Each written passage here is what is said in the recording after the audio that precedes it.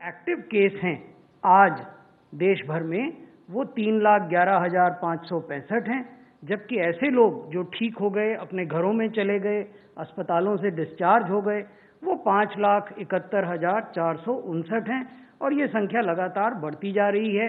अनेक राज्य ऐसे हैं जहां की प्रतिदिन जो लोग अस्पताल में भर्ती होते हैं उनसे कहीं अधिक संख्या में प्रतिदिन लोग अस्पताल से डिस्चार्ज हो रहे हैं। एक और महत्वपूर्ण तथ्य जिसकी ओर मैं आपका ध्यान आकृष्ट करना चाहता हूं वो ये है कि अभी भी देश की जो कुल संख्या है पॉजिटिव केसेस की, उसका 86% केवल 10 राज्यों तक ही सीमित है। ये महत्वपूर्ण है क्योंकि अनेक बार जब विमर्श होता है तो ये सुनने को मिलता है कि बहुत तेजी से केस बढ़ रहे हैं, देश भर में केस बढ़ रहे हैं। तो उसको भी एक परिप्रेक्ष्य में लाने के लिए, एक पर्सपेक्टिव में लाने के लिए ये जरूरी है कि हम इस पर ध्यान दें कि 10 राज्य ऐसे हैं देश के जो कि 86% एक्टिव केसेस जहां हो रहे हैं, और इनमें भी 2 राज्य ऐसे हैं जहां 50% केसेस हो रहे हैं, महाराष्ट्र और तमिलनाडु, और 36% जो केसेस हैं वो 8 राज्यों में हो रहे हैं, जो मैंने आपको इसमें दर्शाया है। अब इसमें ध्यान देने की बात यह है कि अनेक बड़े राज्य हैं जो आपको इस 10 राज्यों की सूची में नहीं मिलेंगे, जैसे बिहार, मध्य प्रदेश, राजस्थान, हरियाणा, हिमाचल प्रदेश, उत्तराखंड, केरला। तो ऐसा नहीं है कि देश में एक ही गति से, एक ही व्यापकता से कोविड-19 का फैलाव हो रहा है। तो 10 राज्य ऐसे हैं जहां 86% केसेस हुए हैं। अब ये महत्वपूर्ण स्लाइड है जिसकी ओर मैं आप सबका ध्यान आकृष्ट करना चाहूँगा। इसमें हम दिखा रहे हैं कि कैसे रिकवर्ड केसेस का ग्राफ और एक्टिव केसेस का ग्राफ बिहेव कर रहा है। आप ये देखेंगे कि मई के अंतिम सप्ताह तक जो एक्टिव केसेस थे वो रिकवर्ड केसेस से ज़्यादा थे, यानी 2 मई से लेकर 30 मई तक जो अंतर था वो एक्टिव केसेस के पक्ष में था, यानी एक्टिव केसेस की संख्या ज़्यादा थी और जो रिकवर्ड केस हो गए, जो लोग ठीक हो गए, घर चले गए, उनकी संख्या कम थी। लेकिन उसके बाद से ये जो अंतर है ये बढ़ता जा रहा है और आज की तारीख में जो रिकवर्ड केसेस हैं वो 1.8 टाइम्स हैं एक्टिव केसेस के, यानी 1.8 गुना ज़्यादा मात्रा में लोग रिकवर हुए हैं। रिकवरी रेट किस प्रकार से चल रहा है ये हम इसमें आपको दिखा रहे हैं। आप ये नोट करेंगे कि मई में रिकवरी रेट लगभग 26-26.5% था, फिर मई के अंत तक वो लगभग 48% हो गया और जुलाई आने तक, 12 जुलाई तक वो 63% है। ये राष्ट्रीय रिकवरी रेट है, देश का रिकवरी रेट है। लेकिन 20 राज्य ऐसे हैं आज भी जिनका रिकवरी रेट राष्ट्रीय औसत से कहीं अधिक है। उसकी ओर अब हम आपको ले जाते हैं।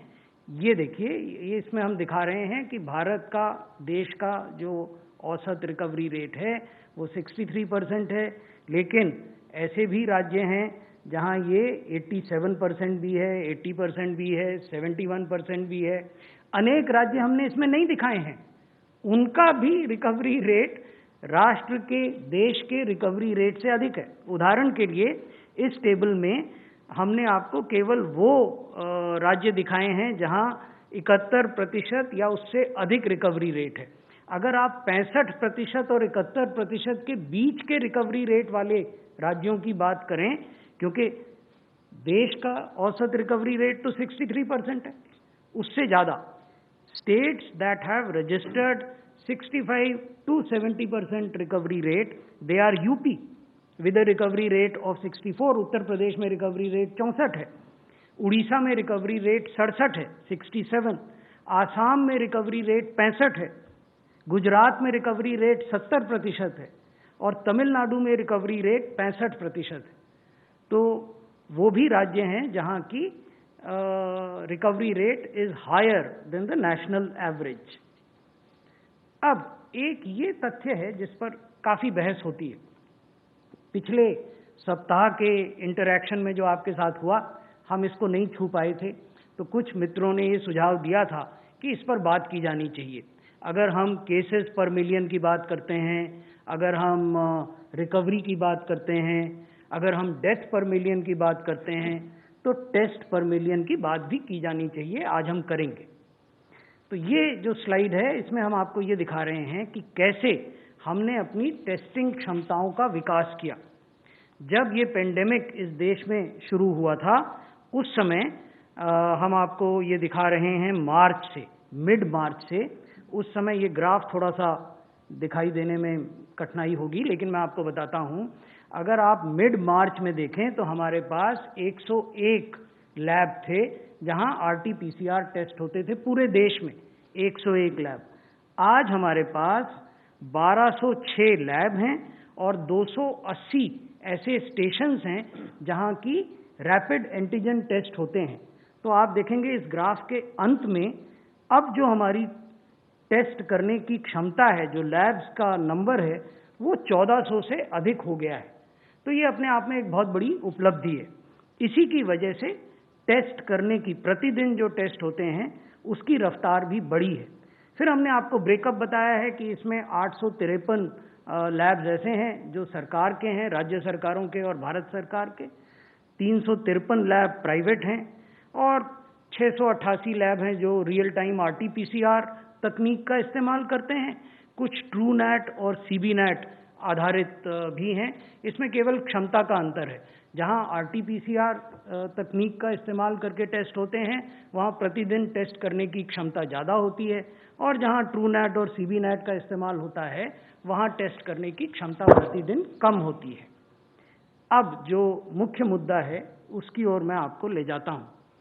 दो तरह की बातों पर बहस होती है। एक ये कि क्या हम पर्याप्त संख्या में टेस्ट कर रहे हैं, आर वी टेस्टिंग एडिक्वेटली, और दूसरी बहस ये होती है what quantity is adequate quantity, कितनी मात्रा पर्याप्त मात्रा है टेस्ट करने की, और क्या हम पर्याप्त मात्रा में टेस्ट कर रहे हैं। तो ये हम आपको बताने का प्रयास कर रहे हैं। मैं इससे पहले कि इस स्लाइड पर आपको बताऊं, मैं ये बताना चाहूँगा कि वर्ल्ड हेल्थ ऑर्गेनाइजेशन ने, WHO ने एक डॉक्यूमेंट जारी किया। उस डॉक्यूमेंट का नाम है guidance note on public health criteria to adjust public health and social measures in the context of COVID-19. I would repeat this again because this is important. WHO has issued a guidance note on public health criteria to adjust public health and social measures in the context of COVID-19. In this document, WHO underlines the need for comprehensive surveillance and testing of suspect cases. WHO कह रहा है कि आवश्यकता है कि comprehensive surveillance किया जाए, किनका, सस्पेक्टेड केसेस का, और टेस्टिंग की जाए किनकी, सस्पेक्टेड केसेस की। और फिर इसी डॉक्यूमेंट में WHO कहता है कि कॉम्प्रिहेंसिव का अर्थ क्या है। They elaborate this concept of comprehensive by saying, and I am now converting it into Indian numbers, they say that if you are testing 140 people per day per 10 lakhs, that would be indicative of comprehensive. So we are taking that indication from the WHO document that I just referred to. अब अगर हिंदुस्तान के परिप्रेक्ष्य में देखें, भारत में देखें, जो इस स्लाइड में हम आपको प्रदर्शित कर रहे हैं कि कितने राज्य हैं जो 140 टेस्ट पर डे पर मिलियन पॉपुलेशन कर रहे हैं। उनका यहाँ पर 22 राज्य ऐसे हैं जो कि 140 या उससे अधिक टेस्ट पर डे पर मिलियन करते हैं, जिनकी हमने जानकारी आपको दी है। लेकिन इसका अर्थ ये नहीं है कि सभी राज्य कर रहे हैं, क्योंकि मैंने आपको बताया कि केवल 22 राज्य कर रहे हैं। तो हमारा परामर्श मंत्रालय का, स्वास्थ्य मंत्रालय का परामर्श राज्यों को और केंद्र शासित प्रदेशों को है कि हम सबका प्रयास ये होना चाहिए कि हम टेस्टिंग को इतना बढ़ाएं कि वो WHO द्वारा इंगित किए गए इस मापदंड की तरफ बढ़ सके। तो ये मैं आपके संज्ञान में लाना चाहता था। ये अंतिम स्लाइड है जिसमें हम ये बता रहे हैं कि आगे का रास्ता क्या है। अनेक फोरम्स में जो हम राज्यों से परामर्श करते हैं उसमें हम कहते हैं कि अभी भी आवश्यकता है कि कंटेनमेंट पर काम किया जाए, कंटेनमेंट एरियाज़ को बेहतर तरीके से निर्धारित किया जाए, वहाँ बेहतर इम्प्लीमेंटेशन हो, टेस्टिंग को बढ़ाया जाए और क्लिनिकल मैनेजमेंट ज़्यादा एफिशिएंट, प्रभावी तरीके से किया जाए ताकि ऐसी मृत्यु जिससे बचा जा सकता है उससे बचा जाए। हम ये भी कह रहे हैं कि जब आप किसी भी कंटेनमेंट एरिया का निर्धारण कर लेते हैं तो ये आवश्यक है कि उस कंटेनमेंट एरिया के भीतर आप हाउस टू हाउस सर्च करें एक्टिव केसेस के लिए और उनमें उनके लक्षणों के अनुरूप अगर उन्हें फिजिकली वहाँ से हटाकर किसी कोविड केयर सेंटर या अन्य हेल्थ केयर फैसिलिटी में ले जाने की आवश्यकता है ताकि वो संक्रमण को, इन्फेक्शन को न फैलाएं, तो वो भी हमें करना चाहिए।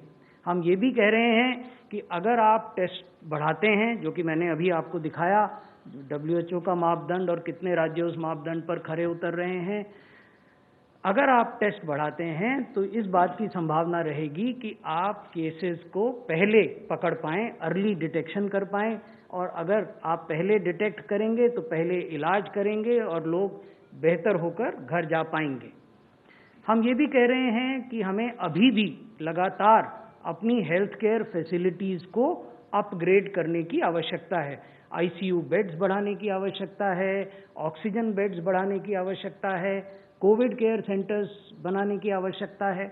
अलग अलग राज्यों में इन्फेक्शन का बर्ताव अलग अलग है। जैसे अगर आप दिल्ली में देखें तो आज हमारी अधिकांश बेड्स खाली हैं, लेकिन उसका अर्थ ये नहीं है कि सभी राज्यों में ऐसी स्थिति हर समय बनी रहेगी। तो इसलिए पहले से तैयारी करके रहने की आवश्यकता है, जो हम प्रत्येक राज्य सरकार के संज्ञान में लाते हैं। और सबसे महत्वपूर्ण बात है कि राज्य सरकारें और केंद्र सरकारें जो भी कार्य करती हैं वो तो करती ही हैं, लेकिन जब तक समाज, समुदाय, कम्युनिटी इस पूरी इंटरवेंशन की ओनरशिप नहीं लेगा तो जो वांछित रिजल्ट हम चाहते हैं वो नहीं आएंगे। इसलिए ज़रूरी है कि जैसे जैसे इकोनॉमिक एक्टिविटीज़ खुल रही हैं देश में, उस दौरान भी फिजिकल डिस्टेंसिंग का पालन किया जाए, क्योंकि जब तक वैक्सीन नहीं आती, doctor Bhargava would separately address the issue of vaccine, तब तक सोशल वैक्सीन ही एकमात्र वैक्सीन है। आप सामाजिक दूरी का पालन करें, आप मास्क पहने या रीयूजेबल फेस कवर जो घर में बन जाते हैं जिसका अनेक बार उपयोग किया जा सकता है उसको पहने, हैंड हाइजीन का ध्यान रखें, हाथों को लगातार धोएं साबुन और पानी से, रेस्पिरेटरी हाइजीन का ध्यान रखें, जब भी आप खांसते या छींकते हैं तो या तो रुमाल रख कर करें या उसको ऐसे अपने हाथ के इस पर करें। इन्वायरमेंटल सैनिटेशन, इधर उधर थूके नहीं, कूड़ा कचरा न फैलाएं। तो ये चीज़ें बहुत महत्वपूर्ण हैं, क्योंकि at the end of the day whatever state government and central government does, until and unless the governments are supported by committed action on the part of the community and a very strict adherence to physical distancing, wearing of mask and hand and respiratory hygiene, we will not be able to win this war.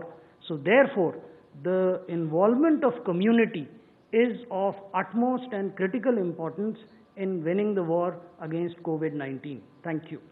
धन्यवाद sir. मैं request करता हूँ DGIHMR से sir आपके लिए। Thank you. I do not have any slides, but I will just say India is considered as the pharmacy of the world. Now, 60% of the drugs utilized in the United States of America are of Indian origin. So these are generics produced in India, where India has established itself over the years. This is possibly well known to many people in the world. Oxford vaccine candidate, how fast it can fast track it for human use. And from India's perspective, we have 2 candidate vaccines which we are trying all our efforts to fast track it, and it is the moral duty that there should not be a delay by not even a day for the IRB or the regulatory clearances for these vaccines, so that we can break the transmission of the virus as soon as possible and take care of this disease, which is a global pandemic. So this is really, I want to emphasize that still 60% of the other vaccines, whether it be polio or other mumps, measles, rubella, they're all manufactured in India and are given to the international agencies to supply to the world. So I think this becomes an important